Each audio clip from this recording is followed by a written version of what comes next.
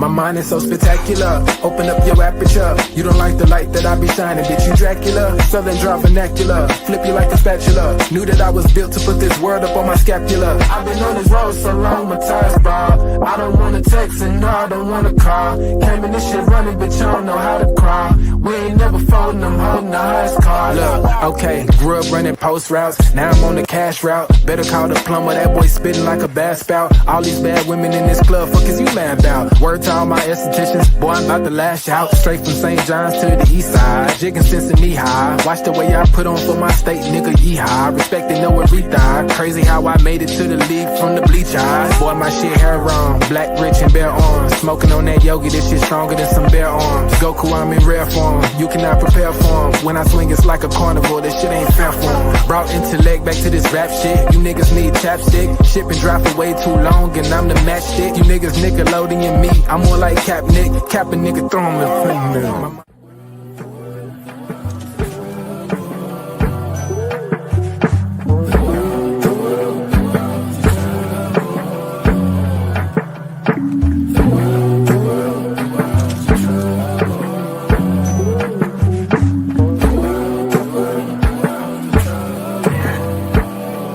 Party favors on the table, you can pick and choose. I would be lying if I said it, I don't get confused. I'm just a player in the game and I don't pick the rules. Why trouble always seem to find the ones with shit to lose.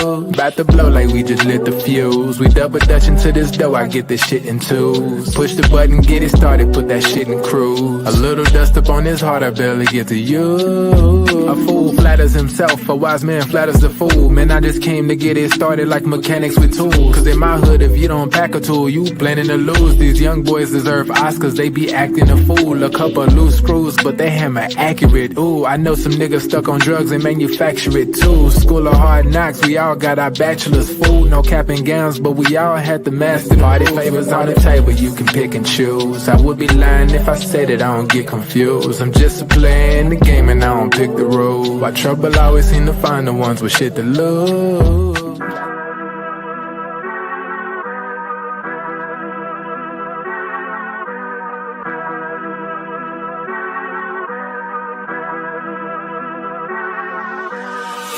I'm lit, it's about to be a late night.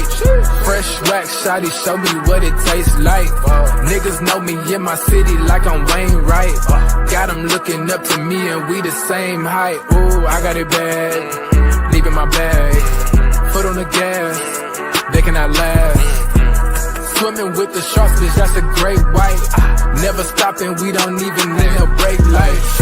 Say she don't smoke, but she always smoke with me, yeah. Backwards in the air, back up in the ovaries, yeah. All my ops, they stay running like they over easy. Yeah. Even my masseuses can't just get too close to me, yeah. Shout out to Next.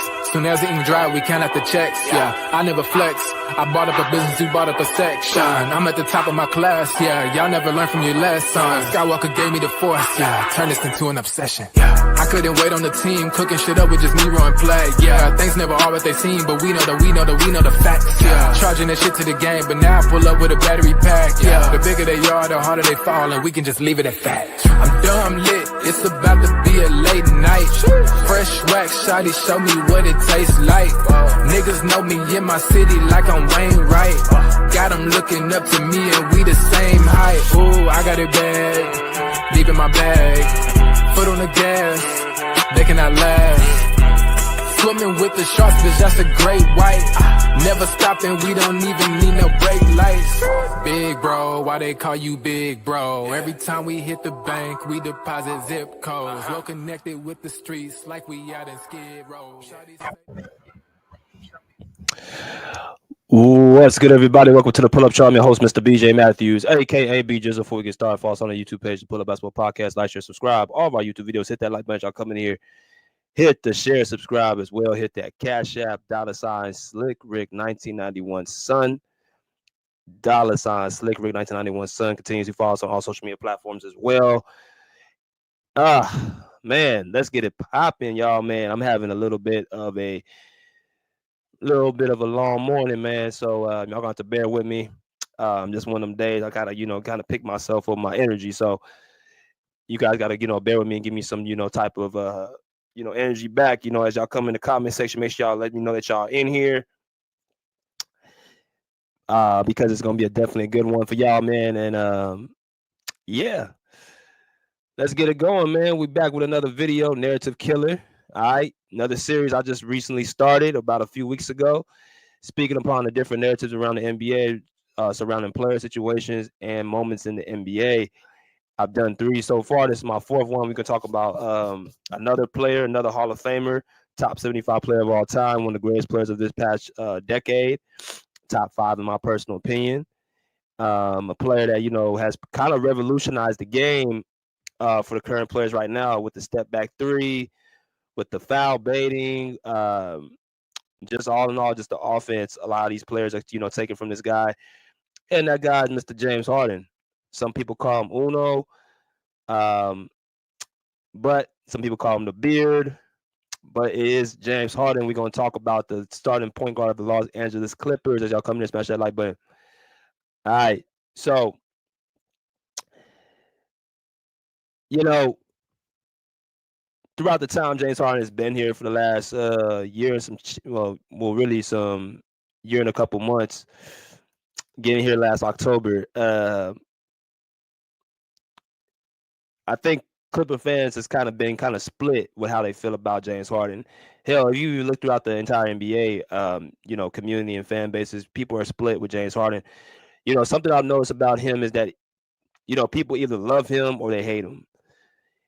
Either people like really love James Harden, like, are big fanatics of James Harden who, just love his style of play, love what he's accomplished, those, glory years in Houston as well. How he's transitioned his game from Houston to, Brooklyn to Philly to the Clippers. Hell, even was OKC at the beginning of his career when he was a 6-man coming off that bench. James Harden's career, his 16-year career, is something that you can't tell the story. You can't leave out the storybooks. I've had my, run-ins with James Harden as well. Certain things that he has done off the court or on the court that I'm just not a big fan of, but don't mean there's not narratives that haven't been expounded and needs to be talked about. So I want to kind of get into something real quick before we continue. And then I'm going to give my sentiments. I'm going to give my, thoughts about it. And, where I feel like, this whole situation is. So we have a video that we're going to play real quick. I'm going to let y'all see.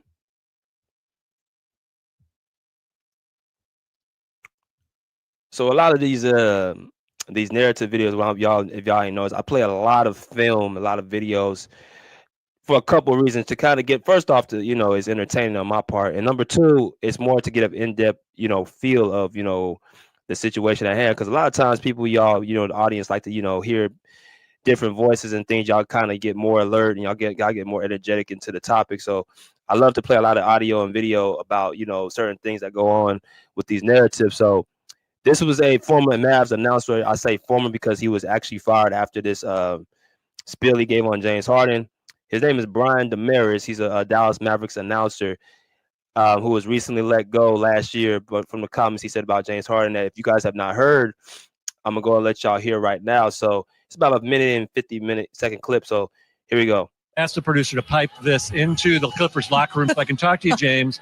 I hope you're taking notes. I'm telling you in advance, you're welcome for the wisdom I'm about to spew. Because, listen, I get on my knees every night and pray for someone to believe in me like Daryl Morey believed in you. You wanted a certain coach, they brought in Mike D'Antoni. You want to play a certain style, they played it. You wanted Dwight Howard, they brought him in and got rid of him when you were tired of him. You wanted Chris Paul, they brought him in and got rid of him when you were tired of him. They brought in your old friend Russell Westbrook. You want to go to Vegas on off days? They looked away. You wanted the team to stay over so you could go out at night. They changed the schedule, and it didn't work. And you know what? You said, I'm going to break up with my whoopee. Not good enough. I see the bright lights in New York. I want to go there. My old pal, Kevin Durant. It's going to work. The big 3. And all after 1 year, you wanted out. You realized, oh, my gosh, I took this guy for granted, the guy that believed in me. I went back with Daryl Morey. They traded Ben Simmons for you. How did they pull that off? And you know what? You went there, and you got a partner who got the MVP. He won the MVP. And what did you say afterwards? You said, they didn't hand me the reins. You're the point guard. You were holding the reins. And what did you do when you had the reins? You scored 9 points in Game 7 against Boston. You blew a 3-2 series lead. So they fired their coach. Not good enough. You broke up with your guy, believed in you again. You said, the bright lights of LA, that's where I want to go. Let's see if that works. Listen, James, have you ever had those friends who had bad roommates? Over and over, they complained about their bad roommates. This guy's terrible. The bad roommate here. They never thought to be self-aware enough that they're the bad roommate. They're the problem. Hey, James, you're the problem. If this doesn't work this year in this system with this team, then you're going to go and point fingers at everybody else, and you're going to go back home and you're going to start swiping right for another team. And there's not going to be anybody left. Because, James, you're not the beard. You're not the system. You're the problem. Whew. Ooh. Wow.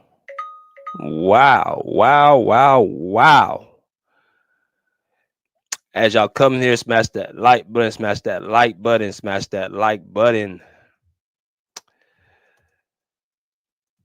Again, that was Mavs announcer, former Mavs announcer,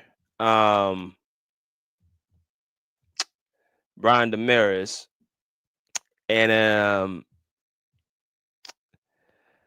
there's a lot of ways I want to kind of talk about this. Like I said, man, this is the narrative series that I want to go into certain things about. The reason why I created this series is to kind of highlight some things with certain players of how they actually are. So this one's going to kind of be a little bit more, I can already tell, a little more drawn out. So y'all really sit back and relax on this one, because y'all going to hear some stuff from me that y'all probably didn't expect. But, where do I even start? First off, before I even talk about anything basketball related with James Harden, this guy, Brandon Damaris, comes off to me as somebody who has probably talked to some people, who have been around James Harden for quite some time, or he's probably even, looked at it as a person from the outside in. And he basically looks at James Harden how a lot of people who, like I said, don't like him at all, look at James Harden. Like I told you, people either like him or love him or they hate him. And this guy is definitely on the hate side. He went on and said a lot of things about James Harden, not just basketball-wise, but personally. Calling him a bad teammate, saying that, he's basically ran out every coach that he's had. They made trade after trade for him. He's like, he's the roommate that, blames everybody else when he's really the problem. He went in on a lot of different things that, really ain't even basketball related. But we're going to talk about it. So first thing is, I want to talk about that he's a bad teammate. Now, a bad teammate and a coach killer. Like I said, man, just not with James Harden, but a lot of these players that I talk about, man, they are able to kind of put things in perspective for the average casual fan who don't get a chance to really be around the players certain times, and they get a bad narrative written about them. Now, I've met James a few times myself. I know James personally, just working with the Clippers. He's from out here in LA, from the heart of LA, from Compton.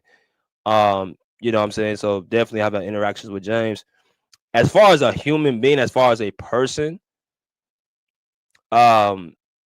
he's a really, really good guy. He has a lot of, fundraisers out here in LA. You know what I'm saying? He has a lot of good things that he has going on in LA. So I want to talk about him being a bad teammate. So, like I said, you have to really kind of get into the nicks and crux of, people that's been around him, a teammate, to kind of see what he's like. So I went on and got up another clip from one of his former teammates, that one of his players in Houston, that kind of, spoke a little bit about how James Harden is behind the scenes. So let me go ahead and put this out here real quick. All right, so yeah, Mr. Trevor Ariza played with the Houston Rockets back in the 2018 or 2017, 2018 season, if I'm not mistaken. He played that one season with the Houston Rockets. So I'm gonna let y'all kind of hear what he had to say about who James Harden is behind the scenes. So when you heard Harden says, I'm not a system player, I'm the system, I'm a system. Considering that you're not going to be the James Harden that was in Houston because you got 3 other all-stars with you. And you're not, I don't believe he's that same player because I think some of his athleticism has waned. And like you said, he didn't get a training camp, so he's not in the peak condition to be able to get by people. Kawhi ain't finna stand around and let you be the system. Mm-hmm. PG ain't gonna stand around and let you be the system. So how does James change his way of thinking in order to make this thing work? Well, I think that's up to them. So what I want to do first, like I said, this is Trevor Reza, one of his former teammates. I'm gonna go into the system comments first, and I'm gonna transfer into what he's like as a teammate. And like I said, I'm using examples to kind of put this in perspective. But I'm gonna let Trevor Reza talk about what Shannon Sharp just asked him. So here we go. And players, if he's coming in with that mentality, it's up for them to change it. Okay. Like if I'm going into a situation and I've been the guy like my whole career or my whole time, right? Only way I'm changing it is somebody make me change it, right?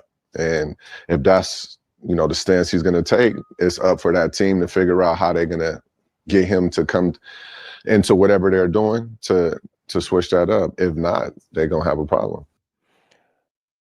All right, so let me stop it right there. As y'all come here, smash that like button. Smash that like button. Y'all come here. We're talking about narratives destroyed, and this one's featuring James Harden. Let's first go into the system comments. So the system comments obviously was referred to what James Harden said before coming on to the Clippers. The same comments that Mavs announcer kind of blasted James Harden about, calling him not the system but the problem. James Harden, the system simply, and this is something I want to ask him one of these days when I get on, on the press conference. What exactly does the system mean? I have my thoughts what I think the system is, but what does he call himself the system? What is the James Harden system? What is that? Right? What is the James Harden system? What did you mean when you said you're not in a system, you are a system? Like where does this come from? People refresh their memories. I'm gonna let y'all hear what he had to say. Just this last year. I don't think when I'm in a leash, I'm not meant just shooting the basketball every time. I meant like I think the game and I'm a creator on the court. You know what I mean? So if I got a voice to where I can, hey coach, I see this, what you think about this? Then it's like, oh, okay. Like somebody that trusts me, that believes in me, that understands me, that I'm just not I'm not a system player. I am a system. You know what I mean? So somebody that can have that dialogue with me and understand and move forward and figure out and make adjustments on the fly throughout the course of games, that's all I really care about. It's not about me scoring a basketball, scoring 30, 34 points. I've done it already. So that's what I meant by that. All right. So just to let people hear that again, that was James Harden speaking upon his comments about what it means to be a system. So he had this in saying, like, when he first came onto the Clippers, how he felt like he was going to be used and how he should be used. So if you look at James Harden's career, especially start off in Houston, remove those 3 years in OKC, James Harden's played a brand of basketball where he dominates the rock and he dictates the offense. Now, that Houston James Harden is why I feel like he's one of the top 5 greatest players of this past decade. You got Kevin Durant, you got Kawhi Leonard, you got LeBron James, you got Steph Curry, you got James Harden. Followed by that, you got Russell Westbrook, you got Paul George, you got, Chris Paul, what I'm saying, players like that of that ilk from about 2010 to about 2020. Later on, you got Giannis Antetokounmpo, you got Nikola Jokic, who came on in the later 20s as well. Players like that, Joel Embiid won an MVP. But as far as that 2010 to about 2020, a little bit before 2010, those are the top 5 guys. But James Harden, basically, he is right. He is a system. He is a player that has had many years in the playoffs. Many good runs in the playoffs as well, making it to the conference finals a couple times in Houston back in 2015 and 2018. Making to the NBA finals in 2012 as a sixth man. And one of the things about James Harden that's been very impressive, I've said this before, is that he's able to change his role. He's able to give you went from a guy who can give you like 40, 50, 60 points in the night, then to give you about 8 to 10, 12 assists in the night. And then also coming off as being somebody that can, distribute the ball, and then, also be somebody that can, be a six man. When he's a six man, he's one of the better defenders on the team. Like I said before, a lot of nights he would have to cover the opposing team's best offensive player. We saw that in the 2012 conference semifinals against the Lakers. Where he was guarding Kobe Bryant much of the time, where he's making a lot of clutch shots much of the time against the San Antonio Spurs and that dynasty team. So he's able to be a chameleon there with his game. That's one thing that you got to give James Harden that amount of respect. But as far as the system goes, I'm going to go and agree with Kobe Bryant. The system is not going to win you a championship. I mean, we've had opportunities to see it, and it's only going to take you so far. Where you dominate the basketball, and when let me just let Kobe say it. Of course, crazy streak this season. What do you think of what he's doing right now? Well, I think I'm not a fan of in terms of winning championships. I don't think that style is ever going to win championships. But at the same time, you have to keep your team's head above water to win games. So you have to do what you have to do to win games, and he's doing that. Right now, I think. So are you saying you don't think James Harden and the Rockets, as constructed, can win a title? Not with this style of play, it won't win, right? With one player dominating the ball. Now when you have Chris Paul come back and you have more movement to the offense, where you move guys around, where you're harder to find. And Chris Paul's back, but you mean more in the... Yeah, because listen, if you take one player, you put him at the top of the key, or you put him on the wing, and you're running screen rolls, you're always in front of the defense. Mm-hmm. The defense can key on that, particularly in the playoffs. And that's easy to defend. Yeah, it's easy to defend. Now, what he's doing is absolutely remarkable, though, and I think it's a testament to how remarkable it is, because people are now trying to minimize what it is that he's doing. Man, what a great basketball mind! As y'all come in here, smash that like button. Damn, I miss him so much. I miss Kobe Bryant so much, man. To this day, I still can't believe he's no longer here. Y'all come and hit that like button. Look, I 1,000% agree with the Black Mamba. The system will not win a championship, and this is where I think people get it misconstrued when I give my criticism of James Harden. The system that he's running with the Clippers right now is not the reason why we are winning games. The system we have right now, we are the 25th ranked offense in the league, right? The reason why we winning games is because our defense is 4th in the league, top 5. That is why we are in the games. That's why we're able to prevail. We played the Houston Rockets the other night. James Harden's former team. James Harden sits out. It's a competitive game all the way to the end. The first 2 games when James Harden was being the primary ball handler, scoring the ball, having to try to break down the defense, we struggled. By the third quarter, the game was pretty much done. Back-to-back times, right? I've seen throughout this season when we play through James Harden as the main guy system, he has been inefficient from the floor. He hasn't been scoring the ball at an efficient clip. There was a part of the season where he was averaging 6.3 turnovers a game, which he's gotten better at, right? But basically, the system is not going to win you a championship. He's shooting 37% from the field. He's averaging 21 points off of 8 assists. He's averaging the stats that he's averaging because he is dominating the basketball. But if he was asked to give the ball up and allow somebody else to, be the primary offensive player, you wouldn't see 21 points per game. You wouldn't see all those shot attempts he's averaging, right? If you're that inefficient, you should not be leading the team in shots attempt. I don't know if it's still him or Norman Powell, but regardless, he shouldn't even be the first or second guy leading them in shot attempts. That should be Norman Powell and Ivica Zubac. I've said this before, in this James Harden system, the pick and roll is what's used for the big men. There's 3 certain things you have to do to be in the James Harden system.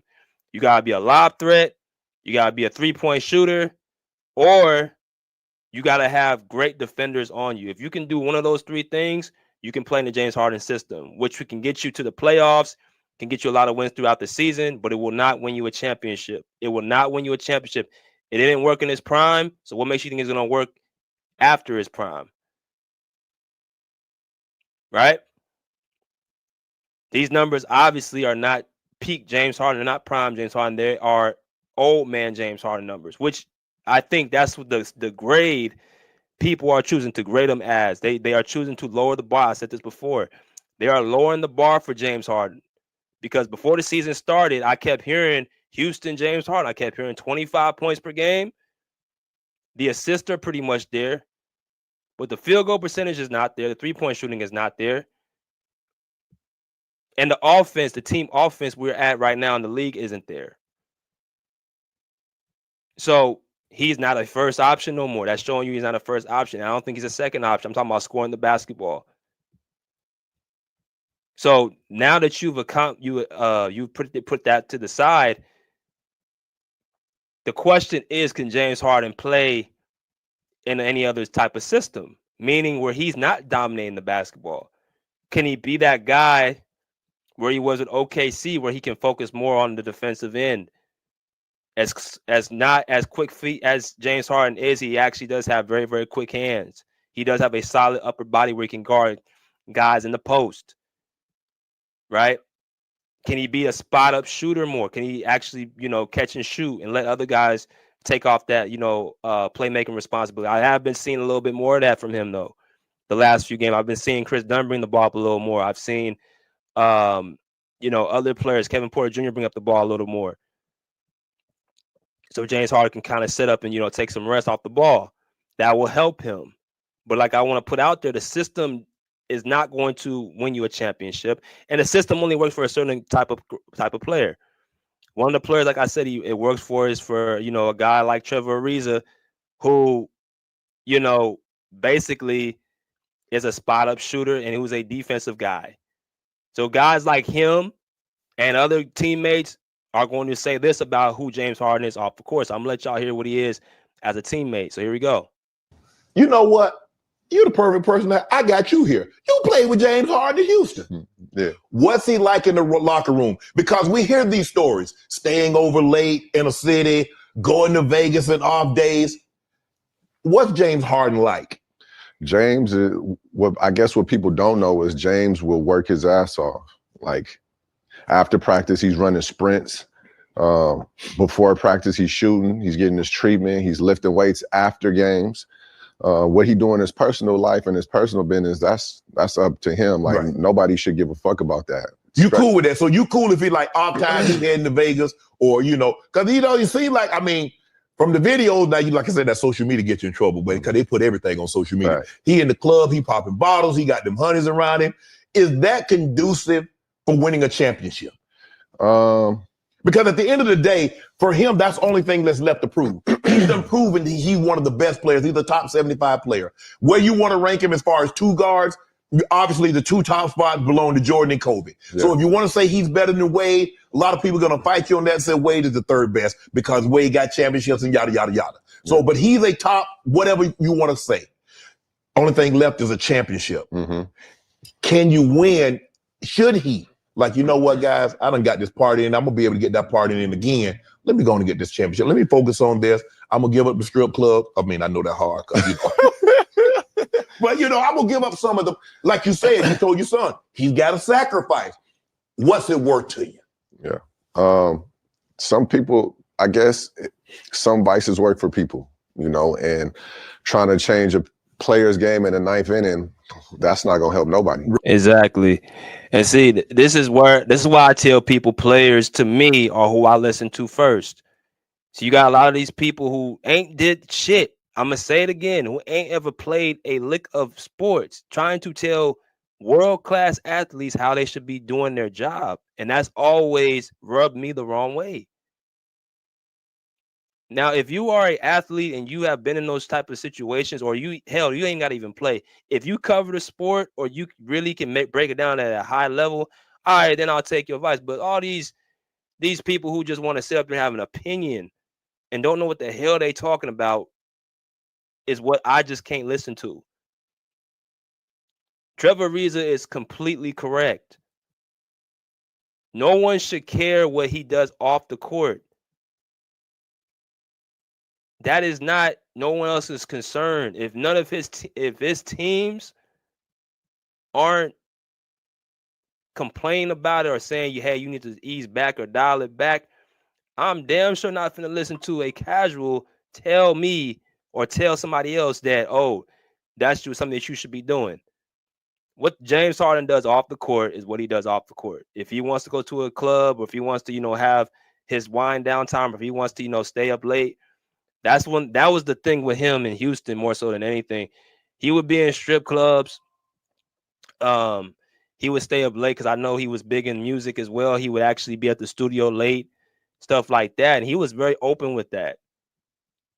But you heard it from Trevor Ariza. He comes into work. He works his ass off. He trains. He, runs sprints after practice. He shoots the ball before practice. He, gets his weightlifting run after games and things of that nature. That's part of the job. If you are living by your contract, that's all that should matter. You got regular people in the real world talking about they miss days off of work and they go out to party and they go out to unwind and do all this, that, and the other. And they don't have the employer cannot tell you you can't do that. That is your personal business. If you are coming to work, you're doing your job, that 8 to 10 hour shift, and you want to go out to a bar, you want to have a drink, or you want to do whatever the hell you want to do, that is something that you cannot tell somebody they can't do. It's the same thing with the NBA. They get paid, and this is why I think people think because they get paid millions of dollars that they should be obligated to just basically sit around with a basketball in their hands 24/7. I keep telling y'all that is not reality. It's a job. You get paid more. It's a professional job. They have to have time to unwind as well. They have to do things as well. That's why I gotta know what that Paul George shit. Oh, he got to close his podcast down for what? There's a bunch of people who don't know what the hell they talking about, just talking. James Harden has the right to do whatever he wants to do off the court. As long as you punch in, you punch out, you come to the games, right? Which James Harden is very durable. Let me get into what James Harden, his career stats is. He's very durable right here. Games played, games started. He is durable for pretty much every single year. 82, 78, 73, 81, 82, 81, 72, 78, 68, 36, 44. You know what I'm saying? Even his older years, the dude does not like to miss games. So you can't be a person that don't love the game of basketball if he's not missing time off of work. Y'all want to say he's earning his checks or he's earning his checks, he's playing. I asked Ty Lue the question to him. I said, what do you think it is why he can play every single game? This is what Ty Lue had to say. So I have a question about James. So he's one of the best offensive players scoring and assisting the ball, but his durability is even more impressive. What do you think the secret is with James Harden, how he's able to play every single game and play at a high level? To have that mindset that you want to play every night, and he's done it for years, and so even when we want to sit him down when we have 4 and 5 nights, and he doesn't want to do it, and so I don't know, just the work he puts in every single day, working on his body, working on his game, to condition himself and to condition his mind to be able to, try to play every night. And that's what he does. All right. And that's coming from his head coach who sees him every single day. A mindset that he doesn't want to sit out of games. He wants to play. Now, again, this goes back to, bad teammate. And, him not showing up to work and practice and all this stuff. Well, Trevor Ariza said it as well, that he's a guy that shows up to practice. He works his ass off. Right? And not just him. There's other players that actually spoke very highly of James Harden. One of his former teammates, I know a lot of people may not remember him as well because he's always hurt, but he was a very talented player with James Harden in Houston. Chandler Parsons on James Harden. He's the best basketball player in basketball. Now, Chandler Parsons is a guy that actually said that James Harden got him paid. Like I said, going back to the system, There's certain players that work in a system.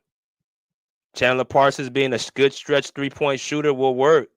PJ Tucker will work in his system. Trevor Ariza will work in his system. Clint Capella will work in his system. Right? Nick Claxton will work in James Harden's system. Right? If you're a guy that can pick and pop, Joel Embiid will work in James Harden's system.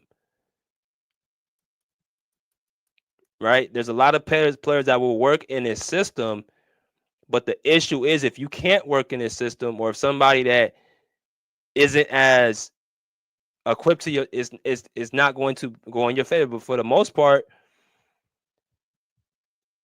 he has made a lot of players happy what he does. But again, the problem is it's only going to take you so far. He's going to end up getting beat by somebody that's a little bit better than him, or a situation or something may come upon. Like he's just not going to get over the hump, and that's where always been my thing with him when it comes to these situations. So I want to go into the last thing before I get ready to end it in a little bit, but I want to kind of hear from the horse's mouth what James Harden with his, certain things about his career, where I know a lot of people have, a lot of questions about.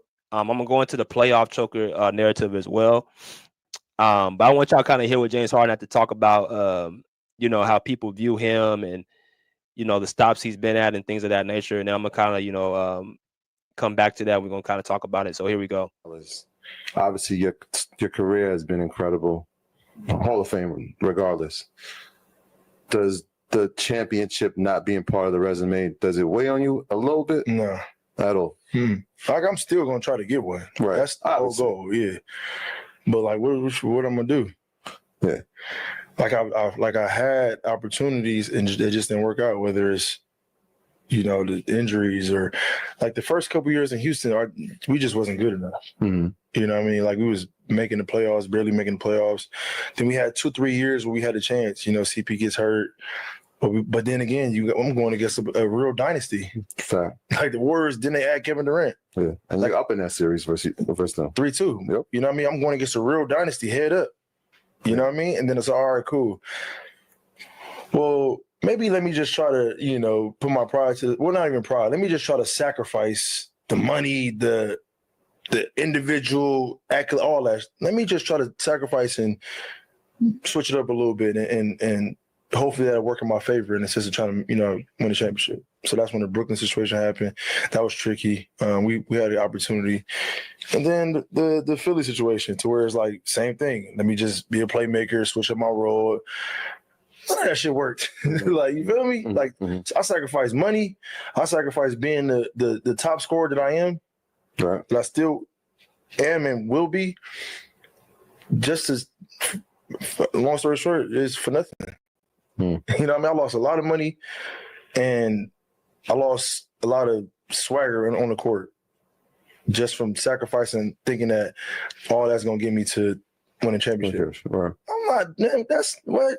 No. If I win one, I'm win one, which I'm going to try. I work my butt off every day to win one. Yeah.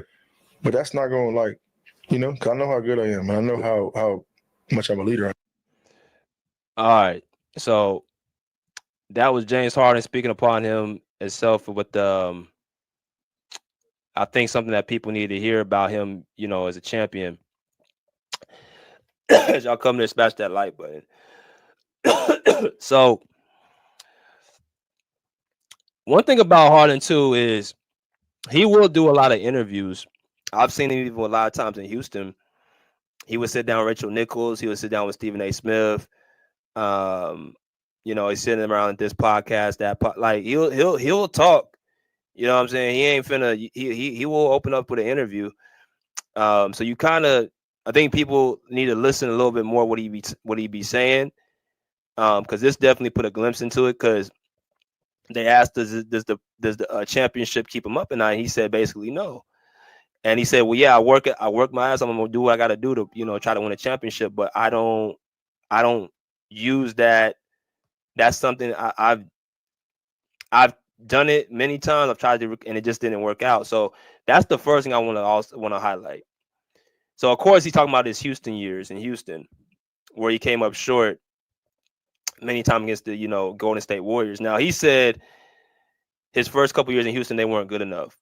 Which, let me go ahead and pull something up real quick to kind of let y'all see, what we're dealing with.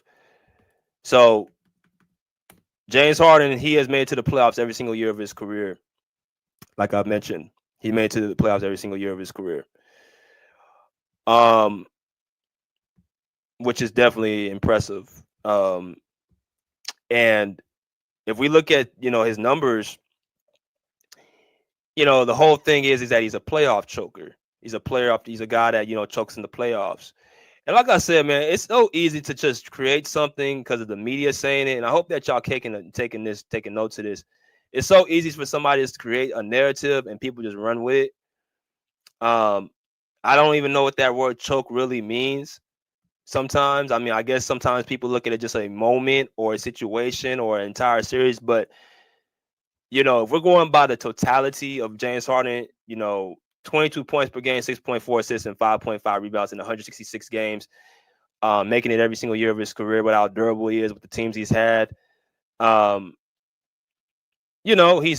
has had some success in the playoffs. He just hasn't been able to get over the big one. And I think that's where people hold him to at a certain standard. James Harden's had some of the most historic seasons we've ever seen. And I think that has made people have the false belief that because he doesn't reach 50, 60 points per game in the regular season or in the playoffs, because of the astronomical numbers he put up in the regular season, that he's somehow coming up short. But in reality, what you guys are, kind of doing is putting him on you're raising the bar for him, right? Because of how great he was in the regular season, people expect that in the playoffs. There's a couple of situations I can recall that James Harden definitely dropped the ball. Obviously, in 2023 against the Celtics, he dropped the ball. 2022 against the Sixers, he was actually dealing with a hamstring injury. After that year in Brooklyn, he never really recovered until he actually got out that season. People were calling James Harden washed, but he was actually dealing with that hamstring injury.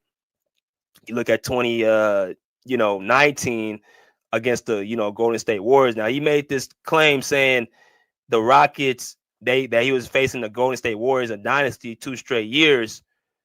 Well, that's partially true because, look, 2018, Chris Paul pops his hamstring. They're up 3-2. They have a chance to win that series in 7 games. They lose game 7 with James Harden and the Rockets missing a historic amount of 3-point shots in that game. And this goes back to that system play, right? I believe James Harden's best teammate, or the teammate that he really needed, was a Chris Paul. Because just like Kobe said, running in that James Harden system, it can either go really bad or really good.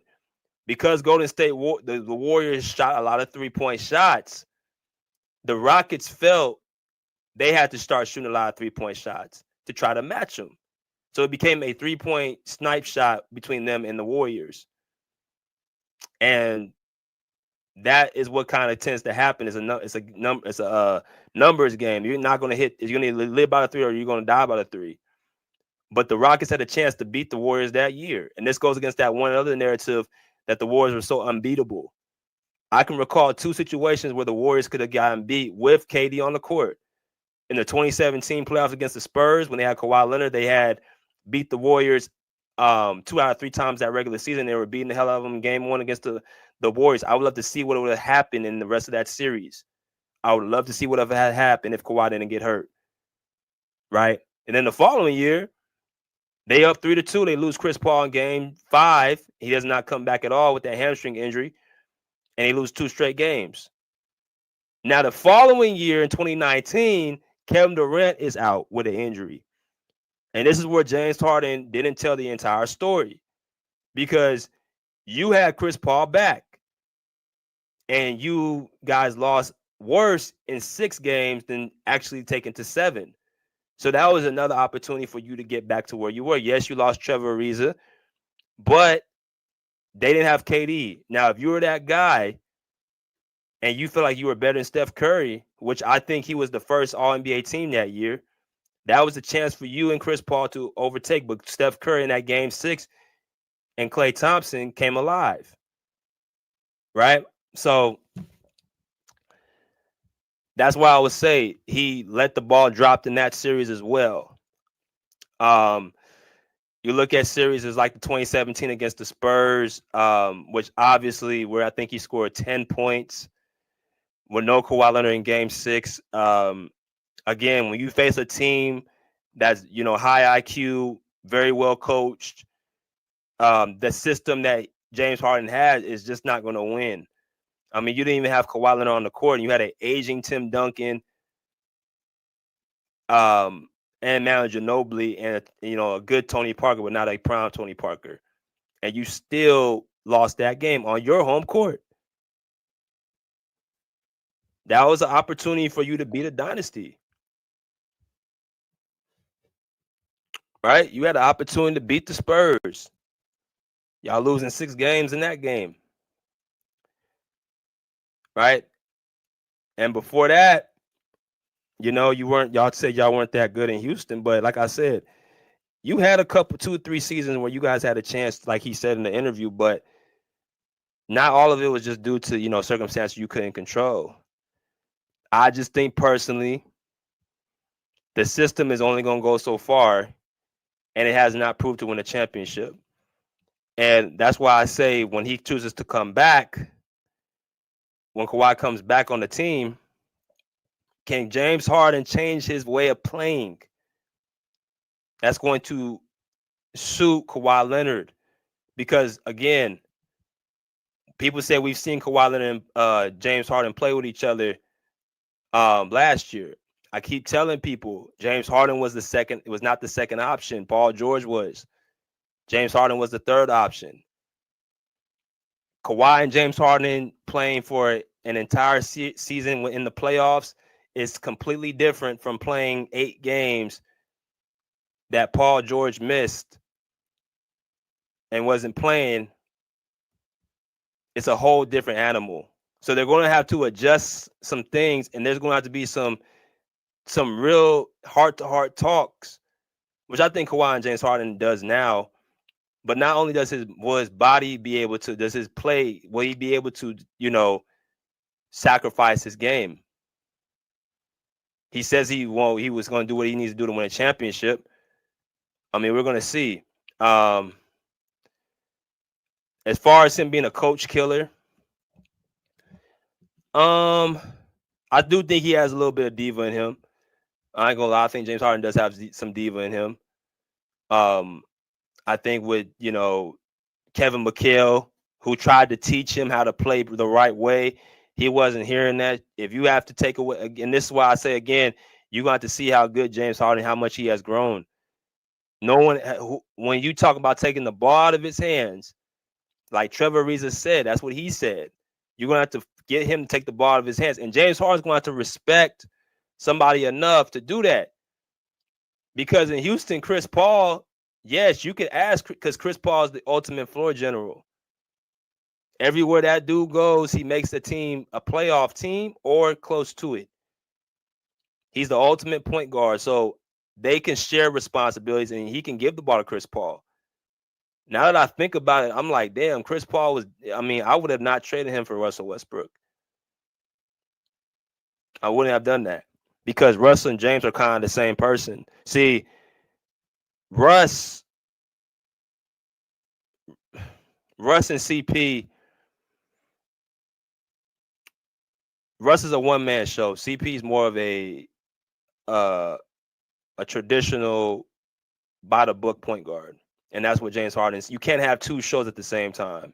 You can't have Russ and James Harden on the team at the same time because they're going to both clash. And now you're forcing Russ to just, be something that he's really not.